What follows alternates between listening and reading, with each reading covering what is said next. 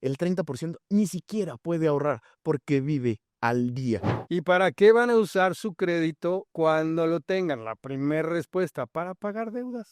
Pero finalmente, si no nos alcanza para ahorrar, si no nos alcanza para nuestro día a día, menos nos va a alcanzar para capacitarnos. Se gasta más, se gana menos y se vive con más incertidumbre. Cuando hablamos del servicio de salud, sale mal. Cuando hablamos de la inseguridad, sale mal.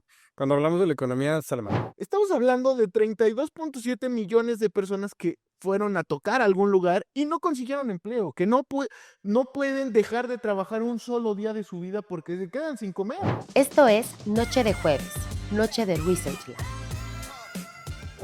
Bienvenidos a otra noche de jueves, noche de Researchland. Es un placer tenerlos en esta cuarta entrega de esta segunda temporada y hoy vamos a platicar de un tema muy especial, pero primero, a ver, venga, acérquese a mí tantito, vamos a platicar en confidencia y quiero que usted me platique, ¿realmente esta primera mitad del año ha funcionado bien? ¿Cómo va la economía? ¿Sí vamos a llegar a la quincena como se debe? Pues hoy justamente vamos a platicar de ese tema y quiero primero presentarles a mis dos compañeros, a mis dos amigos con el que tengo el placer de hacer este episodio. Primero quiero presentar a la señora Arcoiris. Ella es la gerente de comunicación institucional de Researchland y se llama Liliana Fernández. ¿Cómo estás? Muy bien, muy emocionada de estar con ustedes hoy. Hoy es un tema complicado, un tema que nos hace llorar a todos, que nos hace sudar. Entonces ya platicaremos un poquito más adelante sobre esto. Y pues, ay, se me pone un poco nerviosa, la verdad, porque la economía de repente suele ser complicada, ¿no? Suele ser complicada, suena más complicada de lo que es, pero hoy lo vamos a... Lo dices porque eres economista y No, tú le sabes a eso. no necesariamente. Hoy lo vamos a desentrañar, pero del otro lado quiero presentar al señor de los datos. Él es director general de Researchland y un gran amigo. Querido Pablo, ¿cómo estás? Muy bien, ¿y tú? Qué gusto compartir esta noche de jueves con ustedes dos. Va a ser una noche de jueves llena de datos. Traigo muchísimo que compartir acerca de datos que se contraponen unos con otros. A veces es interesante también ver encuestas que dicen cosas diferentes, como para abrir un poquito más la opinión y que cada quien forme la suya propia. Perfecto. Y con esto vamos a arrancar, pero si les parece, vamos primero con los datos. Vamos con datos oficiales, datos que no decimos nosotros necesariamente. Y para eso quiero preguntarle a Luis, ¿cómo va la inflación esta primera mitad del año? A ver, Luis, compártenos, por favor. Datos actualizados al cierre de junio 2025 nos dicen que la inflación interanual es del 4.32%, el aumento de la canasta básica del 5.6% en alimentos esenciales, esto según la Conducef, y el crecimiento en el salario promedio nominal es de 7.6%, esto según el IMSS, pero con una pérdida de poder adquisitivo en ciertos rubros como vivienda, transporte. Y en tarjetas de crédito nos hablan que el 32% de los usuarios ha incrementado su deuda en los últimos 3 meses. Esto según el Banco de México a la fecha de mayo 2025. Y el 48% de los mexicanos declara que su capacidad de ahorro es menor que en 2024. Esto según la encuesta nacional sobre financiamiento familiar de 2025. Pues ahí están los datos y 4.32% no es una locura en términos de inflación, es decir, no estamos en una situación crítica, pero sí empezamos a ver los efectos de digamos, una menor aceleración económica, ya podemos empezar a hablar incluso de cierta crisis y del otro lado, pues los productos esenciales, los productos básicos, los que la gente compra día a día para sobrevivir, pues sí están creciendo, 5.6%, para muchas familias representa la diferencia entre poder y no comer todas las semanas. Pero algo importante que hay que platicar es cómo lo viven las personas. Y para esto, el querido Pablo trae su encuesta, como siempre.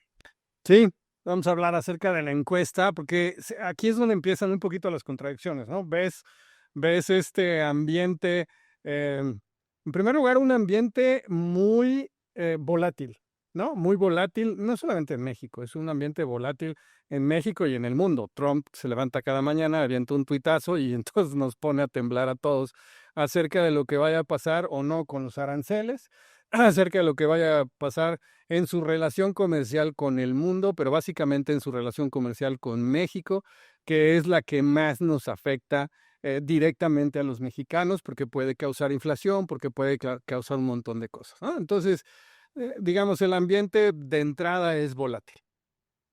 Y luego, cómo lo está viviendo el mexicano, porque una cosa es lo que dice Trump allá en el Monte Athos, arriba de todos los seres humanos normales, y otra cosa es cómo lo vivimos los mexicanos en el día a día. Y se vive una contradicción, porque cuando tú le preguntas a los mexicanos, oye, ¿tu economía ha mejorado? ¿Se ha quedado igual o está peor que los años anteriores? 48% nos dice que ha mejorado su economía, ¿no? Entonces, tú podrías pensar, bueno, pues esto está bien, ¿no? Pues si 48% opinan que ha mejorado su economía, pues quiere decir que las cosas van a todo dar. 32% piensa que la economía se ha mantenido igual, y cuando dicen se ha mantenido igual, no es un igual tirándole a no tan bueno, ¿no? Más o menos. Y luego 20%, solamente 20%, hay que aclararlo, es poquito, 20% piensa que su economía ha empeorado. Entonces, cuando yo reviso estos datos, digo, no, pues las cosas están a todo dar. Pero si hago una segunda pregunta y les digo, bueno, ok, ¿cómo sientes que están las oportunidades en México para que tu economía florezca? Estoy hablando de economía personal, no estamos a mitad del año, como acabas de decir. Solamente, déjenme ver la cifra exacta, 48% habla de que no existen las oportunidades y las condiciones correctas para que puedas tener o prosperar mejor durante lo que resta del año o lo que vamos a vivir en los próximos años cercanos. Y eso es a nivel nacional. Pero cuando nos vamos a estados como Durango, esa opinión de no hay oportunidades aumenta a más de 60%, casi 65%. Lo mismo pasa en Michoacán, en Guerrero, en Zacatecas, en Hidalgo, en Morelos, en Sinaloa, ¿no? Son entidades que están sufriendo de falta de oportunidades, y ahorita vamos a desglosar un poquito más qué significa falta de oportunidades, pero entonces depende cómo lo preguntes, ¿no? O sea, Pero a ver, pensemos, existen diferentes realidades para cada uno de los mexicanos y además de que existen diferentes realidades, cuando preguntamos por qué está mejor la situación económica, pues a lo mejor la respuesta es pues porque todavía no me muero de hambre, ¿no? A lo mejor ya nos empezamos a volver insensibles, digamos, ante la situación natural y empezamos a pensar que no estar peor es estar mejor, ¿no? Creo que es esta insensibilidad que comentas y también lo que caracteriza mucho al mexicano, ¿no? Es el ver el lado bueno de las cosas. El sí, me está llevando la fregada, pero no estoy tan mal, he estado peor. Creo que eso también es un punto que a mi parecer, por eso nos dieron esos resultados las encuestas. Y también creo que hay que partir de algo. El salario mínimo general en México está en 278.80 pesos diarios, lo que esto nos da un promedio mensual de 8,364 pesos. Y si continuamos con inflación, aunque sea mínima, pues sí, es mi mismo ingreso, que pues es, a mi parecer, no el más alto del mundo. Entonces, mi ingreso sigue igual, las oportunidades no se abren, y el huevo, y la zanahoria, y la leche cada vez sube más. Entonces, es un panorama bien triste porque orilla a los mexicanos a buscar sustitutos, o si no encuentra ya un sustituto, a hacer sacrificios, a noches de estrés, angustia. Entonces, Y sigue siendo un panorama muy complicado. local, ¿no? Exacto. Porque seguimos hablando de cómo vive el mexicano esta situación en su propia realidad. Pero cuando lo llevamos a un entorno más global, cuando le preguntamos por qué crees que tienes oportunidades versus países desarrollados como Dinamarca, pues entonces ahí la cosa ya no pinta tan bien, ¿no? seguramente que sí, fíjate, o sea, em, si hacemos este tipo de comparaciones, mucha gente no sabría hacer bien la comparación porque incluso yo mismo, ¿no? Puedo imaginarme cómo viven en Dinamarca y probablemente me imaginaría cosas maravillosas, pero no tengo la realidad exacta, ¿no? Lo único que puedo decir es que aquí en México tengo este o este problema, ¿no? Y cuando hablamos de este o este problema, el principal problema que nos mencionan los entrevistados es la falta de empleo. Casi un 60% de las personas en el país piensan que existe una falta de empleo.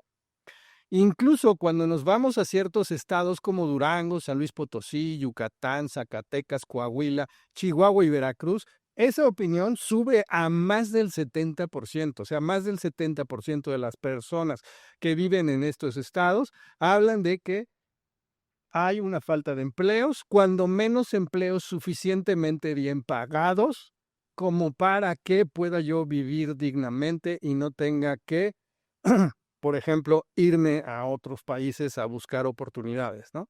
Entonces sí coincido como en en lo que acaban de decir hace un momento de nos estamos acostumbrando a que no tener fuentes de trabajo suficientes, que no nos paguen suficiente, que no haya oportunidades, sea la realidad. Y como es la realidad, entonces ¿yo qué hago? Vuelvo al dicho este que ahora he utilizado mucho. Es lo que hay. Es lo que hay. ¿Y qué pasa cuando es lo que hay? No Pues cuando existe. es lo que hay, no exiges nada, no le pides a nadie que arregle nada, no es responsabilidad de nadie. Y ya, de verdad, pues da lo mismo de quién sea responsabilidad. El chiste es actuar, el chiste es despertar y el chiste es exigir que haya soluciones a este tipo de problemas. Oigan, y platicando de realidades alternas raras, ¿no? Pues lo dicho por el titular de la Unidad de Planeación Económica de la Secretaría de Hacienda y Crédito Público, Rodrigo Mariscal, seguro fue un error de cálculo en su mente, porque él decía que según sus datos, las personas tienen suficientes ahorros para vivir algún tiempo. Pero según datos de la Encuesta Nacional de Inclusión Financiera, el 30% de la población ni siquiera tiene la capacidad de ahorrar. Ya no pensemos en vivir un par de meses después con los ahorros. El 30% ni siquiera puede ahorrar porque vive al día. ¿Qué opinión les da esto al respecto? Pues mira, otra vez volvemos a la encuesta, ¿no? Para que no digan que yo soy el que... lo dice la encuesta. Pues la encuesta lo que habla es 30% de las personas tienen un crédito. Si tienen un crédito, quiere decir que necesitan dinero. ¿Y para qué van a usar su crédito cuando lo tengan? La primera respuesta, para pagar deudas. Entonces pido un crédito para pagar cosas que ya pedí desde antes.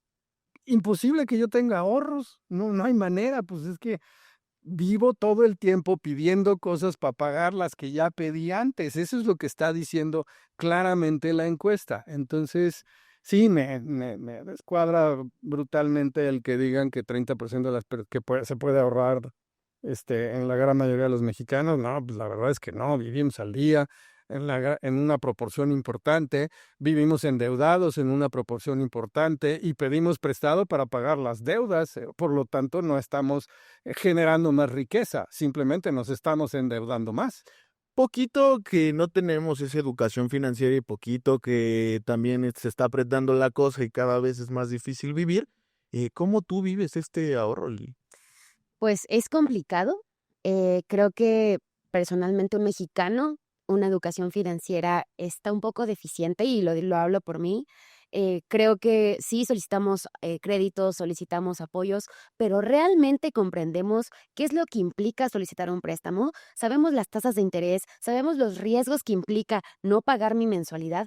Creo que también ahí tenemos que verlo como, pues, de manera individual, de manera familiar, a nivel institucional, sí darnos estas herramientas financieras para poder administrarnos.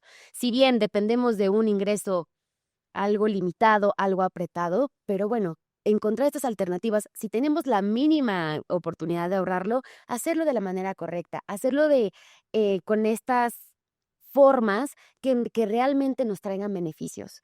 Entonces, sí es complicado, demasiado. Yo te puedo decir que de repente me siento muy bien y tengo controlados mis gastos, pero desde el año pasado y este año me han surgido algunas emergencias de salud y eso te desestabiliza. Total.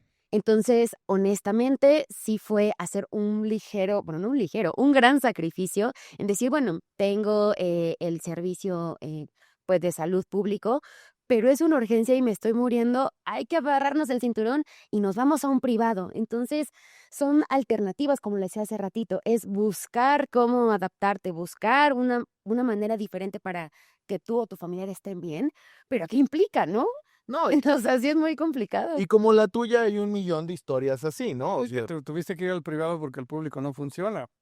¿Qué onda? o tuve que hacer algo más, un gasto adicional porque se descompuso la lavadora y entonces pues sin lavadora no vivo o sin refrigerador no vivo. O un bache. O- Un o bache nos fregó la moto, el coche, lo que sea.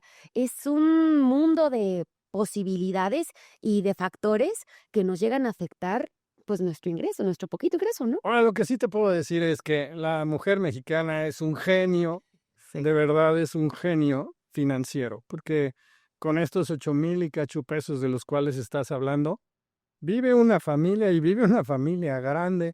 Y claro que no les alcanza para ahorrar, por supuesto que eso es una utopía, pero viven, comen y demás, y les alcanza, y le jalan por acá y le jalan por allá. Entonces, sí, mis respetos a cómo con este es lo que hay, el mexicano la resuelve. O sea, eso sí es impresionante. No está bien, ¿eh? Porque no deberíamos de quedarnos con el qué es lo que hay. Pero sí es impresionante cómo la población mexicana resuelve las cosas día a día y por eso no se nos atora nada, ¿no? Y es que parece muy grande, parece muy complejo el tema de la economía, parece que está lleno de datos, de números, de indicadores que a veces son muy lejanos, pero la verdad es que parte de la economía es entender lo que pasa en nuestra realidad, en nuestro entorno, en si podemos o no llegar al fin de la quincena sin morir en el intento, ¿no? Y justamente por eso, pues ir desmenuzando esta parte es importante y aterrizando un poco más al tema de México, pues fíjense que el IMSS en este mes de abril registró, no, en junio registró 46,000 plazas, un incremento de 46,000 plazas. Es uno de los incrementos más bajos que ha habido en la historia. Es decir, 46,000 plazas solamente a nivel nacional es el crecimiento de empleo que tenemos y se traslada en un factor como el que tú mencionabas hace un momento, Pa. No, bueno, y ahí nos falta la cifra. Yo no la tengo la cifra a la mano ni me acuerdo, pero tú creas 43,000 plazas, ¿no? Eso fue lo que se creó. Esa cifra sí la tienes. ¿Cuántas plazas se perdieron? ¿Cuántos nuevos estudiantes están saliendo de las universidades y que ahorita necesitan empleo? ¿Cuántas personas salieron de una incapacidad o lo que sea y ahora ya necesitan trabajar? Te firmo que son más de 46,000. Seguro son. No me sé la cifra, no la tengo ahorita, pero te firmo que son más de 46,000. Entonces, cuando la demanda es mayor a la oferta, pues crece el desempleo. Es obvio, no se necesita ser matemático cuántico, ¿no? Correcto. 46,000 plazas nada más. A nivel nacional, esto si lo llevas a los 120 millones de mexicanos, a los 80 millones que son población económicamente activa, representa un crecimiento. Minúsculo. Que si lo vemos, estos indicadores como macros los tenemos estables, pero creo que nos invita a mirar un poquito más allá, ¿no? Ok, fueron pocas plazas que se abrieron, se dieron de alta, no sé cuál es como el término adecuado, pero bueno, entonces se está frenando la inversión. Las empresas privadas están ajustando sus plantillas a razón por toda la incertidumbre de los cambios con el gobierno, relaciones políticas con otros países. ¿Qué más está pasando? Entonces, creo que sí es, ok, no vamos tan mal en indicadores generales, pero bueno, hay que verlo con lupa, ¿no? Hay que justo no hacer ojos ciegos y ser un poquito más críticos y darnos cuenta de la realidad que estamos atravesando. Pues estos indicadores que sirven como para sonreír en las conferencias y decir que todo está muy bien y decir que justamente se están creando 46,000 plazas y entonces estamos increíble, ¿no? Porque suena un número importante. Cuando lo llevas al contexto nacional de la población económicamente activa, pues empiezas a hacer sinergia. Pero bueno, rompiendo un poco con esta formalidad de esta parte, pues ya saben que a nosotros nos encanta escucharlos en redes sociales. Preguntamos a través de X en la cuenta @researchlandoff, pues precisamente si tuviera usted que describir la economía personal en una palabra en 2025, ¿cuál sería? Y Luis nos va a decir qué respondió la gente. En una encuesta que realizamos en X, donde nos contestaron 1,657 personas, y la pregunta fue, si tuvieras que describir tu economía personal en una palabra de este 2025, ¿cuál sería? Apretada nos contestó el 41.3%, aguantando el 31.3%, optimista el 17.4% y ¿cuál crisis? Nos contestaron el 10.1%. Hoy es noche de jueves, noche de Researchland. Te comes el libro en una serie. O sea, ya puedes estudiar para ser influencer. Síguenos en Spotify y en YouTube como Researchland, La tecnología sí está revolucionando y también está llegando al tema de la salud. porque esa cercanía de un solo partido en todos los poderes no la teníamos desde 1980. Los mejores datos en punto de las 7. Ahí los esperamos.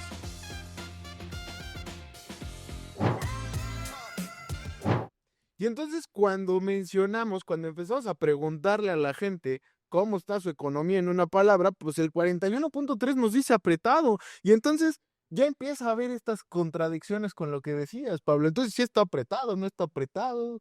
Ya me confundí, Pablo. Yo, la verdad es que sí es como cuando hablas de de una situación en específico, de algo que te está pasando, siempre sale mal. Y no solamente es en este tema, cuando hablamos del servicio de salud, sale mal. Cuando hablamos de la inseguridad, sale mal. Cuando hablamos de la economía, sale mal. ¿No? Entonces, cuando lo vas hablando así poco a poquito y vas desglosando los temas, sale mal. Y por eso en esta encuesta te salió mal.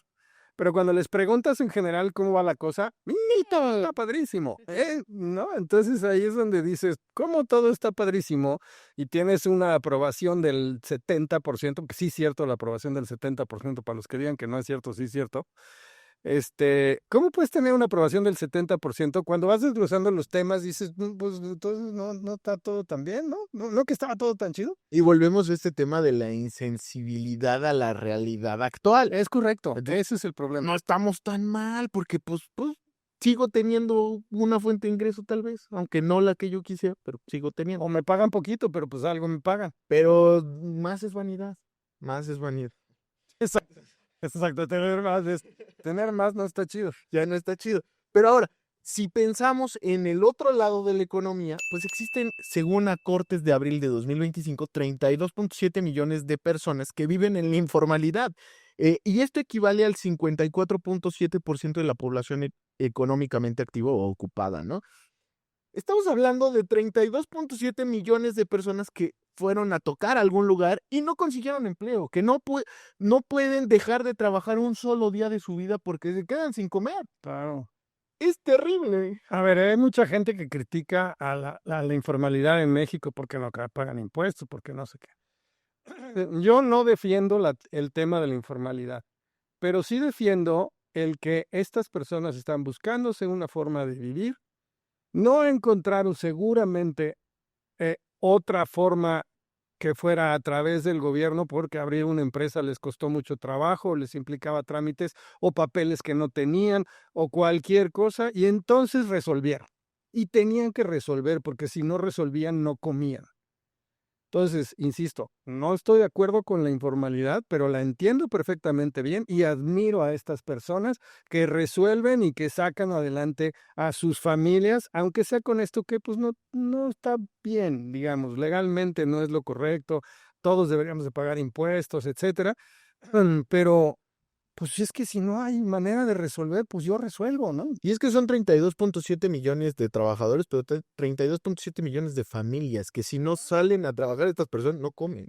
No, es impresionante. 32 millones de trabajadores operan en la informalidad, ese es el dato, ¿no? Es el- ¿Cuántos trabajadores operan en México en total? ¿60? No. O sea, el 50% Es de el los 54. 54, ahí está, sí, de hecho está la cifra, 54.7, tenemos más gentes informales que formales. Algo no está bien. Exacto. O sea, o son los trámites, o es la forma como lo están haciendo en el gobierno, o es la burocracia, no sé cuál sea el problema y no importa quién es el culpable. Pero algo no está bien claramente porque no puede ser que más de la mitad de tu economía sea informal. Pues sí. Y ahora, Lili, yo sé que tú eres la señora de los arcoíris, hoy te estamos poniendo triste. No me importa, te voy a poner más triste. Me da igual. No. En junio de 2025, según el INEGI, hay un número que te va a abrumar. ¿Sabes qué significa pobreza laboral? Cuéntame para que todos... Pobreza laboral significa que tu ingreso es insuficiente para cubrir la canasta básica. Básica, no tienes para comer, pues. El 38.9% según INEGI en esto que te estoy platicando vive en pobreza laboral. 38.9% trabaja formal o informalmente, pero no le alcanza para vivir. Triste, ¿no? Pues, híjole, no sé ni qué decir. Aquí creo que sí no hay forma de decir, bueno, veamos el lado bueno de las cosas. Finalmente son personas, familias, niños, viejitos sufriendo, padeciendo algo que pues no es un lujo, ¿no? Es lo mínimo indispensable para subsistir. Entonces, ahorita complementando con la fuerza laboral informal, pues no los culpo, porque aparte es ver de la manera en cómo sales adelante, ver la manera en cómo puedes sobrevivir y además estando más vulnerable, porque si bien estás trabajando y tienes un ingreso, no tienes las prestaciones que tienen las personas que trabajamos formalmente. Entonces, es un entorno y un panorama muy triste y muy inseguro, se le puede llamar a nivel humanidad, pues para esas personas, ¿no? Entonces, y lo peor, también a las personas que trabajan formalmente, pues también están vulnerables porque las prestaciones y los servicios públicos, pues no están siendo o no están a la altura de cada uno de los mexicanos. Entonces, es bien triste. Y qué gran reto, ¿no, Pablo? Qué gran reto. ¿Qué te contestaron las personas? ¿Cuál es su mayor reto? Pues, ¿verdad? Lo platicábamos hace rato, el máximo reto que tienen las personas, ya sea para pedir el crédito o para los siguientes momentos de su vida, es pagar las deudas. Vivo endeudado y entonces busco más cosas para seguir pagando la deuda que tengo. Eso nos lo dijo el 37%. 31% hablaba de estar buscando otro tipo de ingresos, cómo hacerse de más dinero. Y 7% hablaba de controlar los gastos y administrarse de una mejor manera, ¿no? Eso es lo que consideran las personas como los próximos retos, lo que necesitan hacer. Pues a mitad del año la economía sigue apretada, el empleo sigue siendo principalmente informal. A mitad del año la cosa no pinta mejor y las familias pues cada vez tienen menos dinero para vivir, para comer, para salir. Ya no pensemos en vacaciones como en el capítulo 2, ¿no? Ya pensemos simplemente en comer. Yo tengo un dato que me pareció muy interesante, es que si bien las personas que están empleándose formalmente se enfrentan a un gran reto, según el INCO, prevé que el 40% de las habilidades esenciales requeridas en los empleos en México van a cambiar, como les decía, en los próximos 5 años. Entonces, un empleado mexicano que se encuentra dado de alta formalmente, tiene que adaptarse y que el ingreso que recibe agarrar tantito, un cachito de ello para prepararse, ¿no? ¿Qué es lo que van a estar buscando las empresas? Es que sus competencias aumenten en inteligencia artificial y Big Data. El 93% de los empleadores van a valorar más estas habilidades. Pensamiento creativo, un 77%. Redes y ciberseguridad, un 73%. Resiliencia, flexibilidad y agilidad. Esto es como habilidades un poquito más emocionales, pero finalmente, si no nos alcanza para ahorrar, si no nos alcanza para nuestro día a día, menos nos va a alcanzar para capacitarnos y poder estar a la altura de lo que buscan o van a buscar en un futuro las Lo que va a venir. Entonces es un círculo vicioso, ¿no? Es cada vez ir hacia peor, hacia peor, hacia peor. Yo creo que la cosa está complicada. Eh, la gente se tiene que dar cuenta que la cosa está complicada. No viene para mejor. No es una cosa del país. No tiene nada que ver con los distintos colores que tenemos aquí, que además no ayuda a esta polarización que ya existe en el país. No tiene nada que ver con eso, tiene que ver con un entorno macroeconómico complicado, más un entorno interno que hace que las cosas no están funcionando y los mexicanos no estamos exigiendo que esas cosas funcionen como deben de funcionar. Sí, correcto. Pues vamos justamente, primero agradecerles a todos los que participan siempre en nuestras encuestas. Por favor, síganse suscribiendo, sigan contestando las encuestas en todas las redes sociales. Se los vamos a agradecer muchísimo. Y ahora vamos a un corte de caja para regresar al tema, pues precisamente favorito tuyo, Pablo, este tema de las arenas movedizas, que ya sabemos que te encanta. Vamos al corte de caja con Luis. Platícanos, ¿cómo vamos este año? Si tuviéramos que hacer un corte de caja del bolsillo mexicano a mitad de 2025, la palabra clave sería ajuste. Por un lado, el empleo formal está estancado. Se perdieron más de 46,000 empleos en junio y el primer semestre apenas sumó 87,000 nuevos empleos. Mientras tanto, la informalidad sigue creciendo. Más de 32 millones de personas trabajan sin prestaciones ni seguridad social. ¿Y el ingreso? El 38.9% de los trabajadores no gana lo suficiente para cubrir la canasta básica. Las familias están destinando más de un tercio de su ingreso solo en comida. Eso deja poco margen para todo lo demás. En resumen, el bolsillo mexicano está bajo presión. Se gasta más, se gana menos y se vive con más incertidumbre. Y si en vez de terminar cada jueves como siempre, lo empezamos a cuestionar. Lo que vivimos, lo que pensamos y lo que nunca decimos en voz alta. Charlas reales, temas que nos atraviesan, invitados que nos inspiran. Esto es Noche de Jueves, el podcast donde todo puede pasar menos quedarnos indiferentes. Noche de Jueves, en nuestra segunda temporada. Síguenos en nuestro canal de YouTube como Researchland en la playlist Noche de Jueves.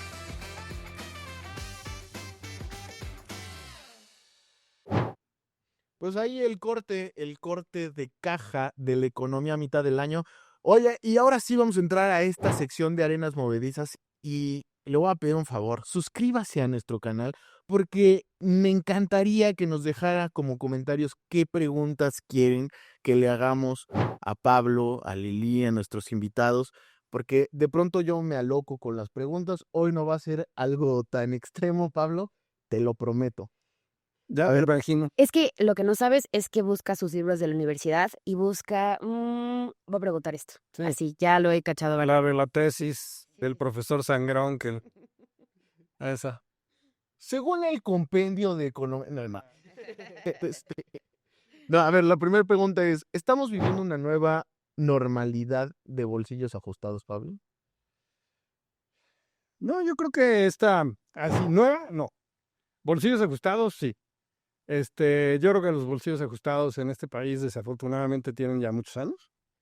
Lo que estamos viviendo es una nueva normalidad de evitar la realidad y vivir en el planeta de todo está saliendo maravillosamente lindo y todo funciona muy bien. Y entonces creo que esa es la realidad en la que nos estamos equivocando, más que la de bolsillos ajustados, porque insisto, el mexicano, la mexicana, la madre de familia, la jefa del hogar, ha administrado desde tiempos inmemoriales en este país. Hasta hay una canción, ¿no? Ahí te van estos 2 pesos, me pagas la luz, el para teléfono, Bartola, ¿no? claro. La de Bartola. Tiene 1558 años esa canción. Entonces, ¿desde cuándo vivimos con los bolsillos ajustados? Pues desde que mi abuelita era chiquita y eso ya tiene bastante tiempo.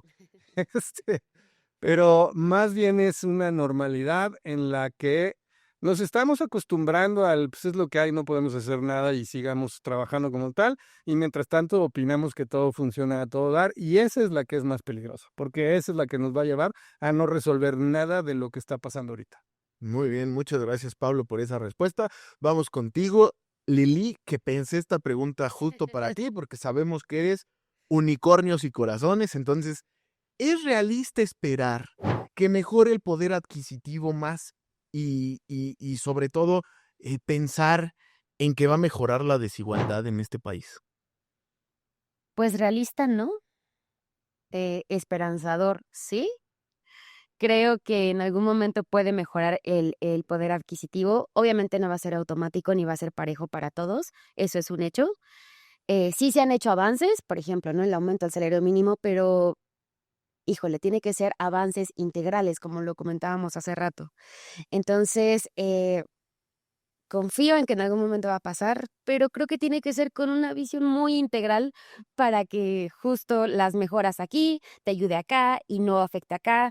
Es, creo que algo muy complejo, pero esperemos que sí pase. Pues esperemos que no se quede solo en ese incremento al salario mínimo. Es que el incremento al salario mínimo que genera inflación justamente, no es lo que funciona mejor. A ver, hay muchas cosas que son parte de tu salario que no es directamente el dinero que te dan.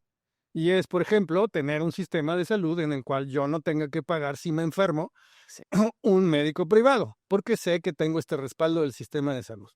Es que funcionen las escuelas para que no tenga que pagar una escuela particular porque la escuela ya es gratuita, ¿no? Es que no voy en el carro y se me echa a perder el coche porque hay 550,000 baches. Es que no estoy en mi colonia y se me inunda y entonces todos mis electrodomésticos cada año hay que tirarlos a la basura porque cada año tengo una inundación en Chalco del tamaño de todo el lago de Texcoco. Entonces, cuando tú ves que si todas estas cosas funcionaran, pues la verdad es que podrías vivir con mucho menos dinero del que hoy por hoy utilizas. Y entonces probablemente tu salario que tienes hoy sí te alcance. Nada más que no te alcance porque te vives pagando cositas que no deberías de estar pagando, que deberías de estar exigiendo, no pagando. Ya, y la gente dice, ay, es que en Suiza, es bien caro los impuestos, por eso viven muy bien. Bueno, pues aquí no son muy baratos, ¿verdad? No, yo creo que los impuestos aquí son igual de caros que en cualquier otro lugar, nada más que allá sí recibes lo que pagas, acá no recibes lo que pagas, aquí pagas de a gratis. Así la cosa. Conclusiones finales, por favor.